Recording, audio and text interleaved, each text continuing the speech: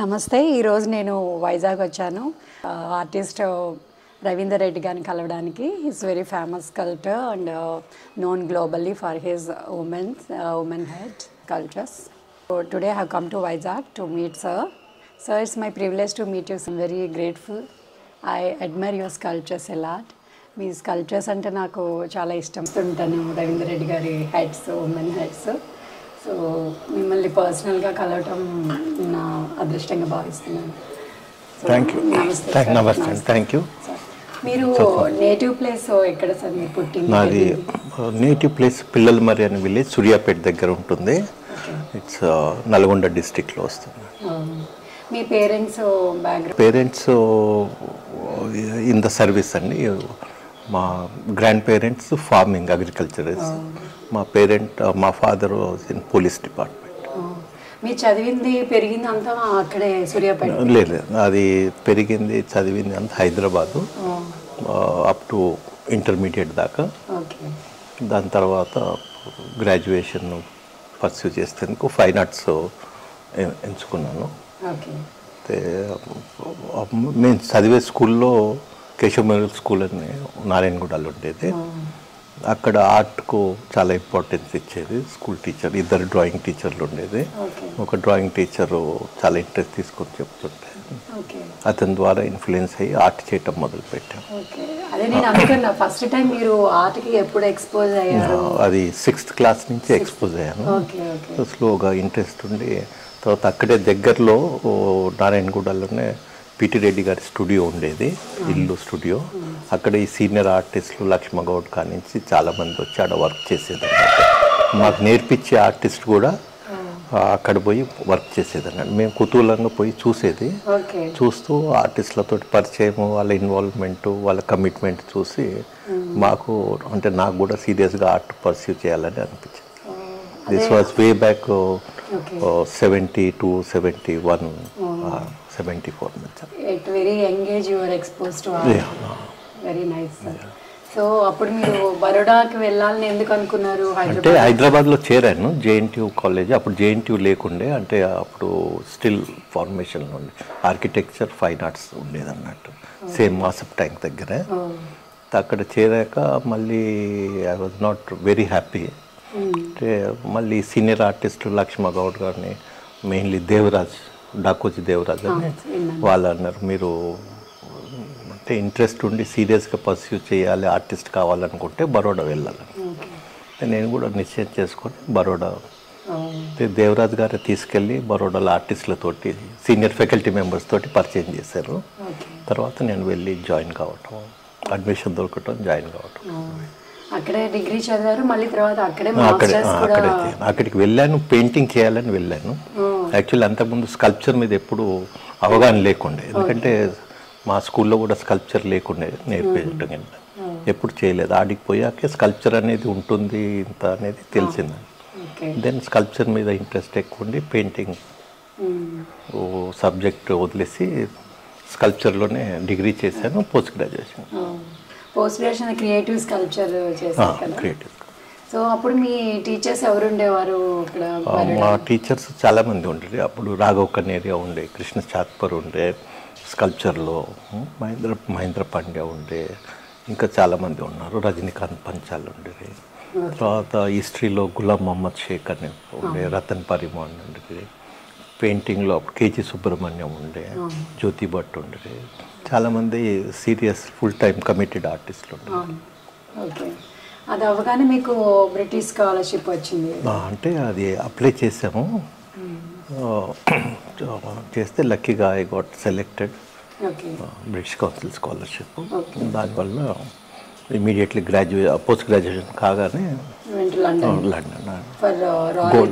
Gold Smith కాలేజ్లో I join there. 1 year Goldsmith చేశాక then next year ceramic చేద్దామని Royal కాలేజ్లోకి వెళ్ళాను. సిరామిక్ చేశాను. అంటే బేసిక్ అంటే ఎక్స్పోజర్ అన్న. అంతకుముందు ఇంటర్నెట్ ఇవన్నీ లేకుండే కదా. ఎనీథింగ్ యువర్ అది నేర్వటం కానీ చూడటం కానీ మ్యాగజైన్స్, బుక్స్ ద్వారానే. ఒకసారి ఆడికి పోయాక రియల్గా ఏంటి మ్యూజియంస్ చూడటము, గ్యాలరీస్ చూడటము, ఆర్టిస్ట్లను కలవటము. So that itself is big lesson. అంటే పుస్తకంలో చూడటం ఒకటి, రియల్గా స్టాచ్యూ చూడటం కానీ వర్క్స్ చూడటం ఫీలింగ్ వేరే ఉంటుంది. ఆ విధంగా చాలా అంటే టెక్నికల్గా పెద్దగా ఏం హెల్ప్ చేయలేదు ఆడపోవటం, కానీ visual impact, first hand knowledge ఇవన్నీ చాలా ఇంపార్టెంట్. అప్పుడు అక్కడ ఇంటర్నేషనల్ ఎగ్జిబిషన్స్ కావటం, పోయి చూడటము, అవన్నీ చాలా ఇన్ఫ్లుయెన్స్. అప్పట్లో మీకు ఎవరిని ఎక్కువ అడ్మైర్ చేసేవారు? స్కల్ప్టర్స్ ఐడియల్ అని ఎవరిని అనుకునేవారు? ఐడియల్స్ ఎప్పుడు సెంచరీసే ఉండేది అన్నట్టు. ఈజిప్షియన్ స్కల్ప్చర్ చాలా నచ్చేది. ఆడపోయాక బ్రిటిష్ మ్యూజియంలో చాలా ఈజిప్షియన్ స్కల్ప్చర్స్ ఉన్నాయి, అది చూడటం. తర్వాత ఇండియాకి వచ్చి మళ్ళీ ఇండియాలో మీకు అంటే ఇన్స్పిరేషన్, మీ స్కల్ప్చర్స్కి మెయిన్ రోల్ ఏంటి? అంటే ఇన్స్పిరేషన్ ఇండియాలో ఉన్నప్పుడే ఫిగరేటివ్ వర్క్స్ చేసేది, హెడ్స్ కానీ ఫుల్ ఫిగర్ కానీ ఇట్లా చేసేది. అయితే అక్కడ పోయాక కొంత రిఫైన్మెంట్ న్యాచురల్లీ అన్నీ చూస్తుంటే తెలుస్తుంది, దాంతో ఇది ఉంది. ఆల్వేస్ సబ్జెక్ట్ అనేది లోకల్ సరౌండింగ్స్ తోటి ఇన్స్పైర్. ఎందుకంటే నేను మొదటి నుంచి అనుకున్నాను అబ్స్ట్రాక్ట్ స్కల్ప్చరు అప్పుడు బాగా ఇండియాలో ప్రాక్టీస్ చేసేదాన్ని. కానీ స్కల్ప్చర్ని ఎవరు ఆదరించకపోయేది. ఎందుకు ఆదరించలేరు అని అంటే పీపుల్ జనానికి అర్థం కాకపోయేది, రిలేట్ చేసుకోలేకపోతున్నారు. అరే ఇదివరకు వెనకట మన జీవితకాలంలో మన బ్యాక్ 5 centuries బ్యాక్ కానీ 100 years బ్యాక్ కానీ స్కల్ప్చరే మెయిన్ ప్రామినెంట్ ఉండేది మొత్తం through out the culture. Indian temples కానించి ఇంటి స్కల్ప్చరు, క్రాఫ్ట్. అది ఒకసారి ఏమి ఇలా అయిపోయింది, అది అంటే పోయి చూసేది స్కల్ప్చర్ కానీ ఎవరు రిలేట్ కాకపోయేది అబ్స్ట్రాక్ట్ ఫార్మ్స్ గిట్లా.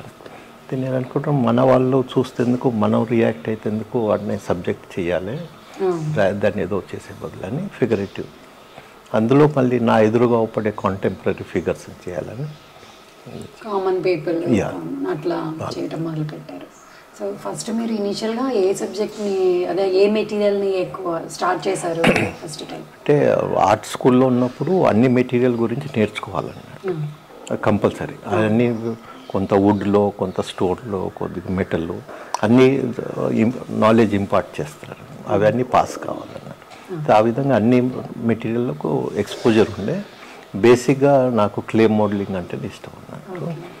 క్లే మోడలింగ్ చేశాక దాన్ని పర్మనెంట్ మెటీరియల్లో ఏదో చేయాలి అంటే అది టెరకోటా కానీ లేకపోతే మళ్ళీ దాన్ని ట్రాన్స్ఫర్ చేస్తూ ప్లాస్టర్ కానీ సిమెంట్ కానీ లేకపోతే బ్రాంజ్లో చేయాలన్నట్టు.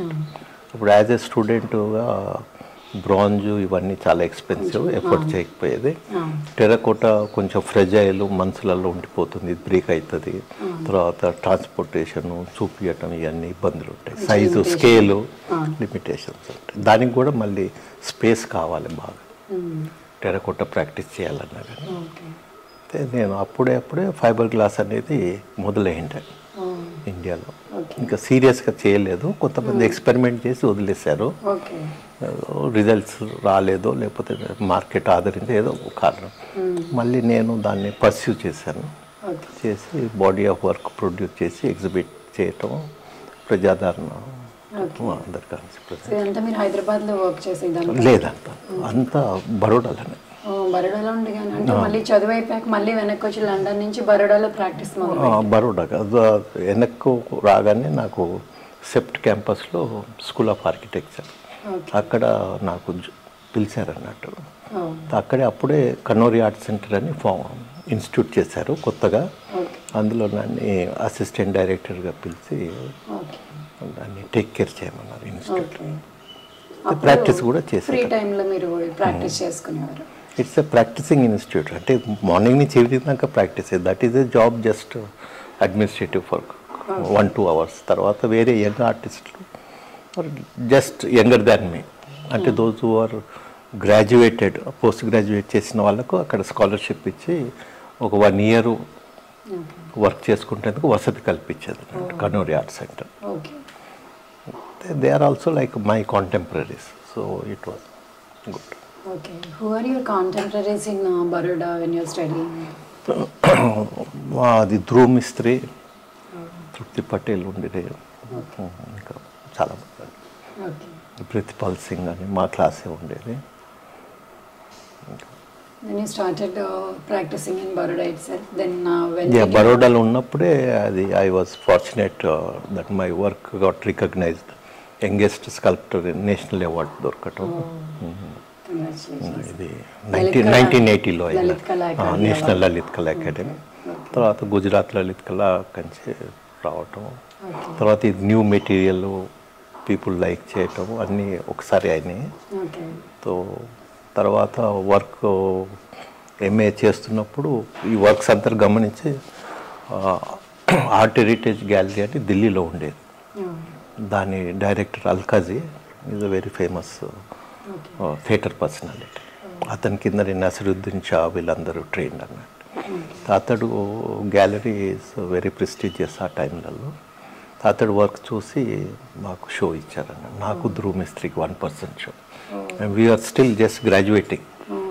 అప్పుడు అందరు అనుకునేది వీళ్ళు స్టూడెంట్సే అల్కాజీ తీసుకొచ్చి షో చేస్తున్నారు అనేది కుతూహలం అన్నట్టు. హుసేన్ సారు వీళ్ళందరూ వచ్చి చూసి మెచ్చుకున్నారు, తయ్యబ్ మేతా వీళ్ళందరూ. అదే షోని మళ్ళీ బాంబే జాంగీర్ ఆర్ట్ గ్యాలరీ కూడా తీసుకెళ్లారు వాళ్ళు. అలా మా ఎంట్రీ అయింది అన్నట్టు ఫీల్డ్. అప్పుడే మీరు ఫిగరేటివ్ వర్క్స్ చేసేవారు, బోత్ ఉమెన్ అండ్ మెన్ చేసేవారు. సో కలర్ ని కూడా ఇంట్రడ్యూస్ చేశారు. కలర్ కూడా అప్పుడు 1980లోనే కలర్. అప్పుడు ఏ కలర్ తో స్టార్ట్ చేశారు మీరు? కలర్స్ బేసిక్ అంటే నేను ప్రైమరీ కలర్స్ తీసుకున్నాను.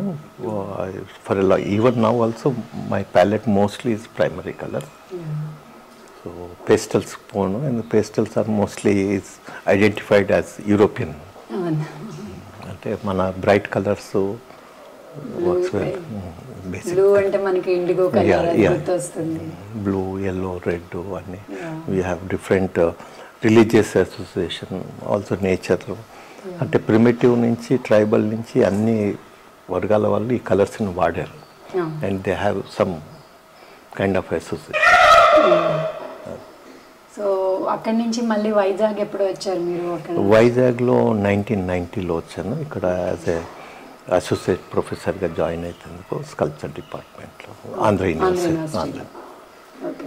ఇనీషియల్గానే మీకు అంత సోలో షో చేసే ఛాన్స్ అవన్నీ వచ్చాయి కదా, అప్పుడు మీ వర్క్స్ని ఈ న్యూ మెటీరియల్తో మీరు వర్క్ చేస్తున్నారు, ఇండస్ట్రియల్ మెటీరియల్. అప్పుడు ఏ కైండ్ ఆఫ్ అప్రిసియేషన్ కానీ క్రిటిసిజం? అంటే ముందు చాలా ప్రాబ్లం ఉండే, ఎందుకంటే అప్పుడు fibre glass as a art material popular కాలేదు, అవైలబిలిటీ కూడా లేకుండే. ఇండస్ట్రీలో కూడా అంత ఎక్కువ వాడకపోయేది అప్పుడు, ఓన్లీ కెమికల్ ఇండస్ట్రీస్లలో వాళ్ళు ట్యాంక్స్కు వాటి వీటికి వాడారు. So raw material availability also was very less. అది చిన్న టౌన్లలో ఇంకా అసలే లేకుండే. So Baroda being a industrial town and chemical industries ఆడ ఎక్కువ ఉండి మెటీరియల్ యూస్ టు అవైలబుల్. లేకపోతే మేము బాంబే నుంచి తెప్పించుకునేది. అంటే మెయిన్ అడ్వాంటేజ్ అప్పుడు ఇది పికప్ చేయటం ఏంటంటే, ఒకటి ఎవరి మీద డిపెండ్ కాకుండా సొంతంగా చేసుకోవచ్చు అన్నట్టు. అదే బ్రోంజ్ కాస్టింగ్ అంటే ఫౌండరీ కావాలి, లేబరు, వర్కర్సు అన్నీ. So initial cost of production becomes expensive. As a young artist can not afford. అందుకోసం తర్వాత ఇది scale is not a problem. ఇందులో ఏ స్కేల్ ఏం చేసుకోవచ్చు, తేలిగ్గా ఉంటుంది. ఒకలే లేపి ఇప్పుడు ఏదైనా బ్రోంజ్ అంటే ఇద్దరిని పిలుచుకురావాలంటే ఫ్రెండ్స్ ఉంటారు, లేకపోతే మళ్ళీ ఎవరినైనా హైర్ చేయాలి. So all those logistics also any other material works out expensive. తర్వాత అప్పుడు మెయిన్ ఇంకోటి ఫైబర్ గ్లాస్ అనేది చూస్ ఎందుకు చేశానంటే, this doesn't have a colour, it is a liquid. So you can give colour what you want.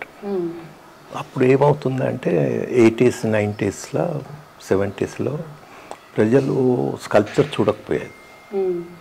Sculpture చూడకుండా sculpture మీద ఉన్న material చూసేది. Naturally material has its own inherent beauty. ఇప్పుడు మార్బుల్ దాని అందం దానికే ఉంటుంది. మార్బుల్ అందంని గమనిస్తున్నారు కానీ చేసిన వస్తువుని గమనిస్తలేరు. అదే వుడ్ కూడా, వుడెన్ టెక్స్చర్ చూడటము, teak wood, sal wood, they have different formation. So people use to enjoy but not material, not look at the actual form or intent of the sculptor. That has put me off అన్నట్టు. Okay. అరే జనం sculpture చూస్తే ఎందుకు వస్తున్నారా, లేకపోతే material stone చూస్తే ఎందుకు వస్తున్నారా అనేది ఉండే అన్నట్టు. That also help me to take up this material more seriously. And it can, అంటే బ్యూటీ ఆఫ్ దిస్ మెటీరియల్ ఏంటంటే it can take any shape, any form. So that is the beauty. అదే లేకపోతే స్టోన్ అంటే ఉన్న సైజులోనే మనం ఆలోచించాలి. కలర్ కూడా మనం ఇవ్వడానికి ఉండదు, అదే మెటీరియల్ కలరే వస్తుంది. బట్ హియర్ మీ కాన్సెప్ట్ తగ్గినట్టు కలర్ కూడా ఇవ్వచ్చు. అదే సేమ్ వుడ్ ఆల్సో అన్నట్టు. సో అందుకోసం ఐ చూస్. అప్పటి నుంచి ఫైబర్ గ్లాస్తో వర్క్ చేయడం మొదలు పెట్టారు. ఫైబర్ గ్లాస్ చేశాను, కొన్ని టెరకోటాస్ కూడా చేశాను. టెరకోటాస్లో కూడా బాగానే వెల్ రిసీవ్డ్. అంటే ముందు అనుకున్నారు ఈ టెరకోటా ఎవరు కొంటారు, ఎవరు ఆదరిస్తారు, ఫోక్ ఆర్ట్ని ఎవరు గమనిస్తలేరు. కానీ అంటే చేసే విధానం దాన్ని బట్టి ఉంటుంది. ఓకే. సో టెరకోటా అయితే అదే మీరు చెప్పారు కదా, దాన్ని ప్రిజర్వ్ చేయడం కొంచెం కష్టము. అయితే నేనేం చేసేదంటే టెరకోటా అన్ని చేశాక లోన ఫైబర్ కోటింగ్ ఇచ్చేసేది. అయితే కొంత స్ట్రెంగ్త్ అనేది ఉండేది అన్నట్టు.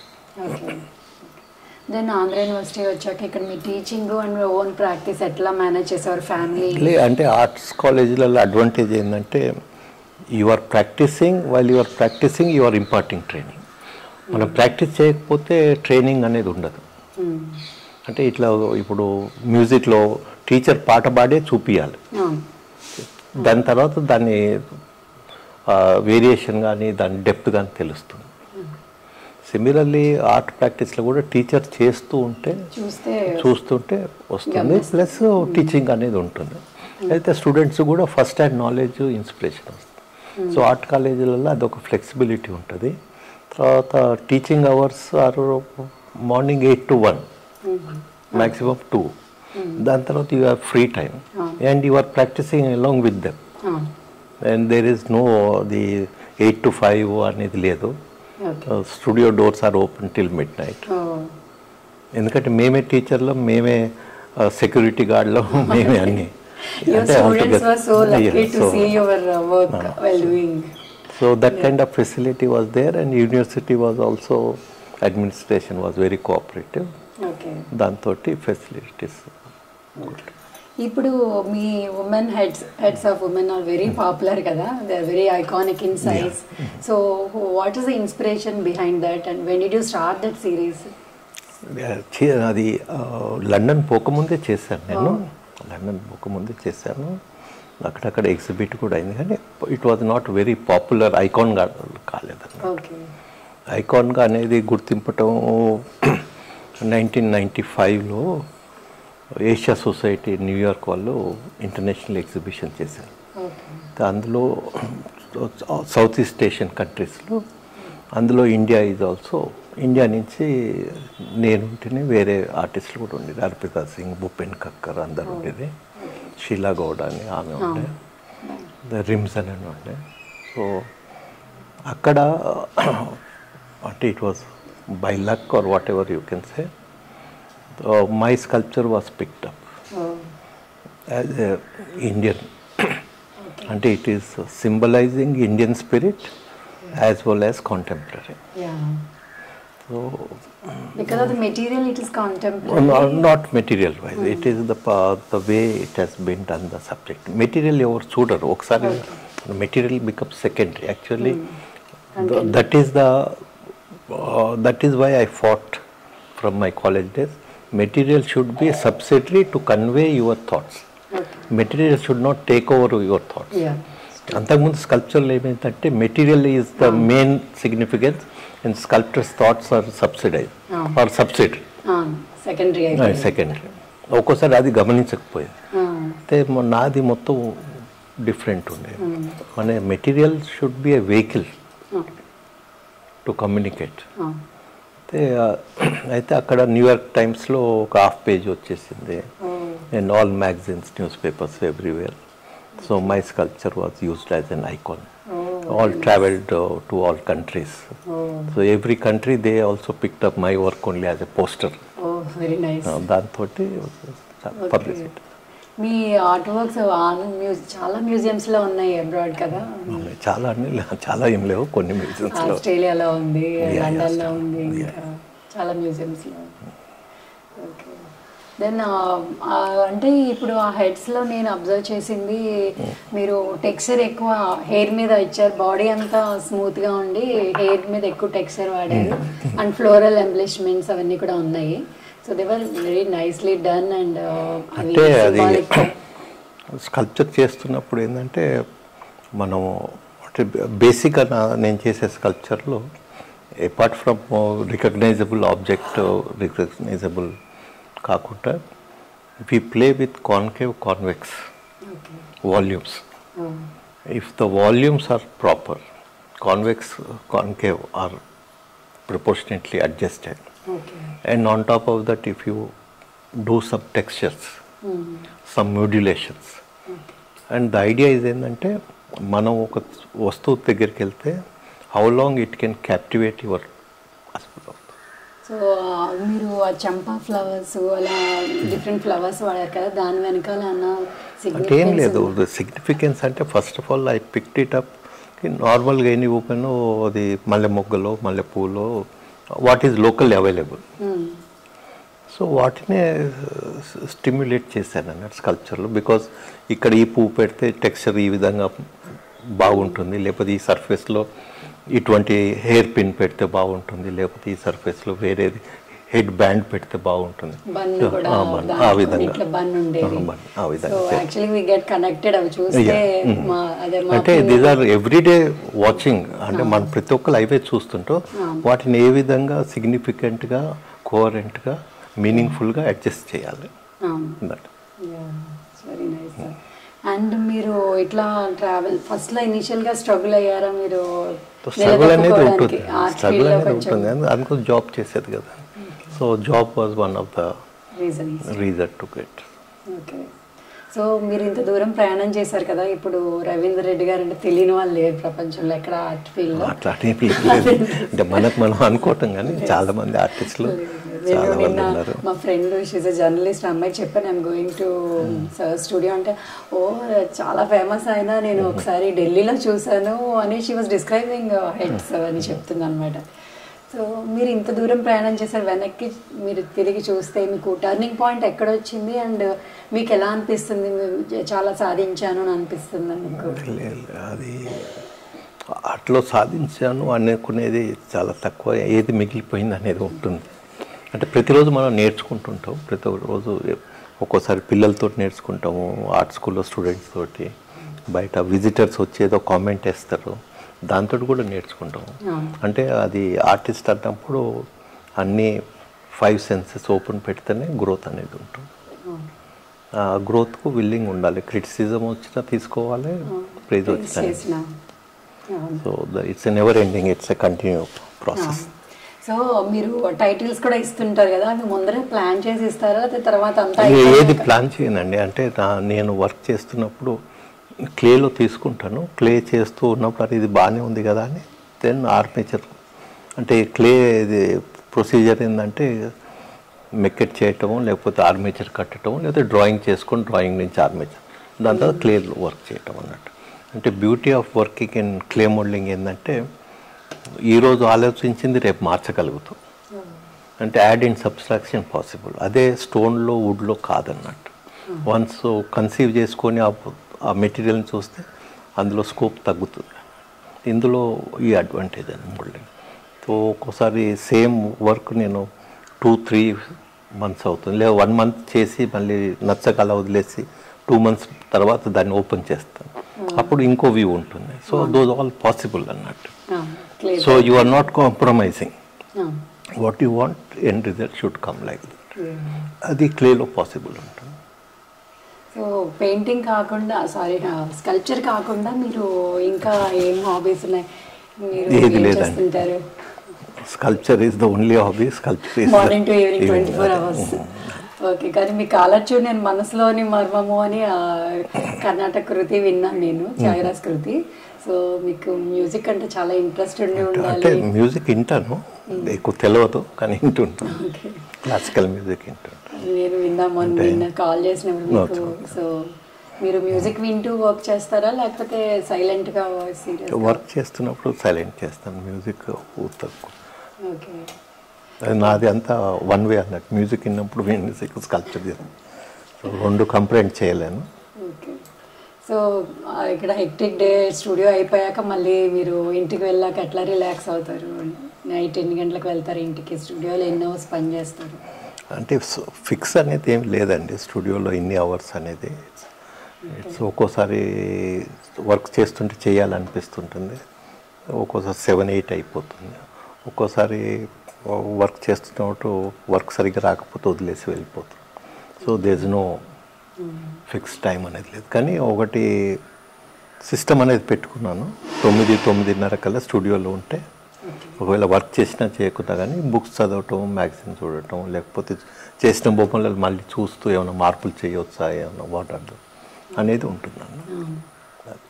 ఇప్పుడు మొన్న హైదరాబాద్లో స్టేట్ గ్యాలరీలో చూసినప్పుడు డాట్ వాక్ గ్యాలరీ వాళ్ళ షోలో మీవి సడన్ రిమార్కబుల్ చేంజ్ కనిపించింది నాకు, షిఫ్ట్. ఇప్పుడు హెడ్స్ చూసేదాన్ని సడన్గా ఆర్టికల్ అంటే స్పిరిచువల్ ఫామ్లోకి వచ్చింది కదా, హ్యూమన్ ఫామ్ నుంచి స్పిరిచువల్ ఫామ్కి transition. So how it happened? There are 2 causes. I was identified as a head maker లాగా. సో వన్ ఈజ్ అందులోంచి బయటపడాలనేది ఉంది. As age also makes you to think differently. So I was looking at spiritual side. Why cannot ఇది చేయొచ్చు కదా, simple object మనం everyday చూసే బనాక has its own spiritual connotation. So ఇక ముందు నుంచి మేము స్పిరిచువల్ ఫార్మ్స్, మోర్ స్పిరిచువల్ అంటే చెప్పలేను, అంటే దేర్ ఇస్ నో ప్రిడిక్షన్, అంటే ఒక దారి ఇలా అని లేదు, ఎప్పుడు ఎలా ఉంటుందో బిగినింగ్, తర్వాత అది ఎట్లా లీడ్ అవుతుందో మనకి తెలియదు. అండ్ మా ఆర్టిస్ట్లకి, యంగర్ ఆర్టిస్ట్కి, ఎమర్జింగ్ ఆర్టిస్ట్కి మీరు ఇచ్చే అడ్వైజ్ ఏం లేదండి. అడ్వైజ్ అనేది ఏమి ఉండదు. ఒకవేళ ఆర్ట్లో, అందులో విజువల్ ఆర్ట్స్లో రావాలి, ఎనీ ఆర్ట్లో విజువల్ ఆర్ట్స్లో కూడా రావాలి అంటే ఏకాగ్రత అండ్ పట్టుదల, ఈ రెండు చాలా ముఖ్యం. సెల్ఫ్ క్రిటికల్ ఉండాలి అండ్ సరౌండింగ్స్ని అబ్జర్వ్ చేస్తుంటే మన గ్రోత్ మనం చేసుకోవచ్చు. ఇవాళ రేపు ఇప్పుడు ప్రజెంట్ సినారియోలో టీచర్లు ఇదివరకు లాగా మాస్టర్ లాగా కాంచి నేర్చుకునేది అనేది లేదు ఇప్పుడు. ఎందుకంటే ఇప్పుడు అంతా ఇంటర్నెట్ ఏజ్ అయింది, టీచింగ్ అనేది లేదు. సెల్ఫ్ రిలయంట్ ఉండాల్సి ఉంది. సెల్ఫ్ రిలయంట్ అంటే ఫస్ట్ ఆఫ్ ఆల్ మనము మన అవేర్నెస్ని పెంచుకోవాలి, మన సెన్సిటివిటీని పెంచుకోవాలి. తర్వాత అదర్ టెక్నికల్ మెటీరియల్ హ్యాండ్లింగ్ అన్నీ ఇవాళ రేపు అవైలబుల్ ఆన్ ద నెట్లో. సో దట్స్ నాట్ ఇప్పుడు అది కాక ఇదివరకులాగా ఆర్ట్ అంటే క్రాఫ్ట్ అనుకునేది, ఇప్పుడు craft artist are hiring crafts people. Idea is more important. So దాని మీద ఎక్కువ ధ్యానం పెడితే ఇన్నర్ గ్రోత్ ఉంటుంది. Thank you very much sir. Thanks a lot.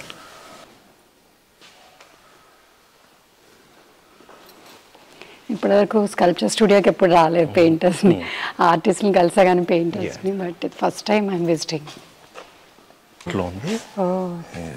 Very nice.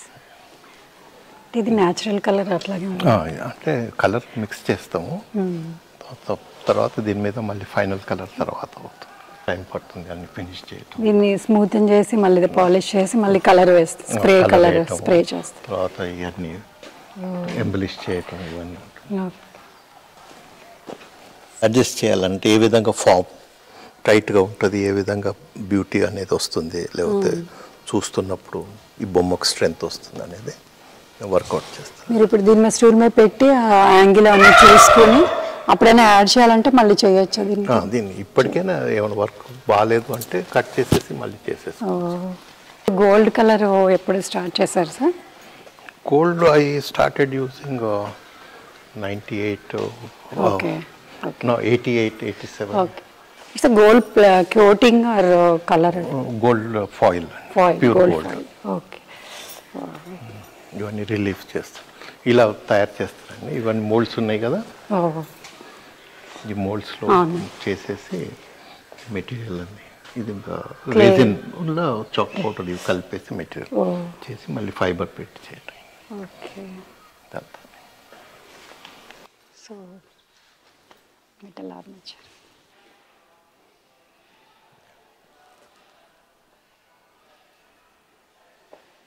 Very nice. Bronze అంటే ఇప్పుడు మనకి కాస్ట్ ఎక్కువ పడుతుంది కదా సార్ బ్రాంజ్లో ఎక్కువ? ఫుల్ సాలిడ్ మెటల్ అంతా మొత్తం లేదండి, inside just like this. Okay, hollow. కానీ ఇది కంపారిటివ్లో ఇది 100 kgs వెయిట్ ఉంటే అది 400 kgs. New series bananas plant లేవా సార్ ఇక్కడ? ఇక్కడ ఏం లేవు. Very spacious.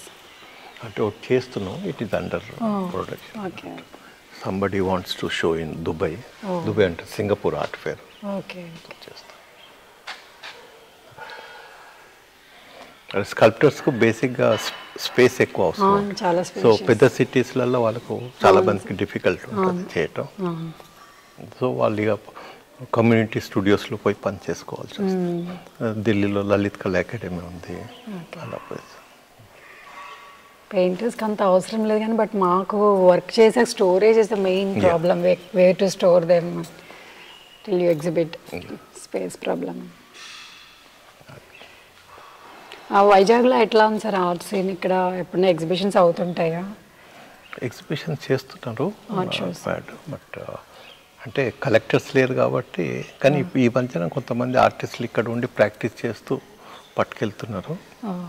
కొందరు ఆన్లైన్ సేల్స్ చేస్తున్నారు. అంటే awareness is growing but not. Hyderabad అంత పెద్ద సిటీలో ఈ మధ్యనే సేల్స్ అవుతున్నాయి కంపారిటివ్. హైదరాబాదే తక్కువ అనుకుంటే ఇంకా ఈ ఆంధ్ర కూడా ఇప్పుడు న్యూలీ ఫార్మ్ స్టేట్ కాబట్టి ఇక ముందర ఏమన్నా చూడాలి. చాలా మంది ఇక్కడ ఆర్టిస్టులు దోజ్ ఆర్ హ్యావ్ కేపబిలిటీస్ వాళ్ళు హైదరాబాద్లో ఉంటున్నారు, కొంతమంది బాంబేలో అది బరోడాలో ఉంటున్నారు, కొంతమంది ఢిల్లీలో ఉంటున్నారు. అక్కడ బయర్స్ తోటి ఇంటరాక్షన్, గ్యాలరీస్, సేల్స్ ఇన్సెంటివ్ ఉంటే దే కెన్ ప్రాక్టీస్ అన్నట్టు. ఇక్కడ ఉండే వరకు isolation. Thank you sir. Okay, దాన్ని పట్టుకోవచ్చు సార్.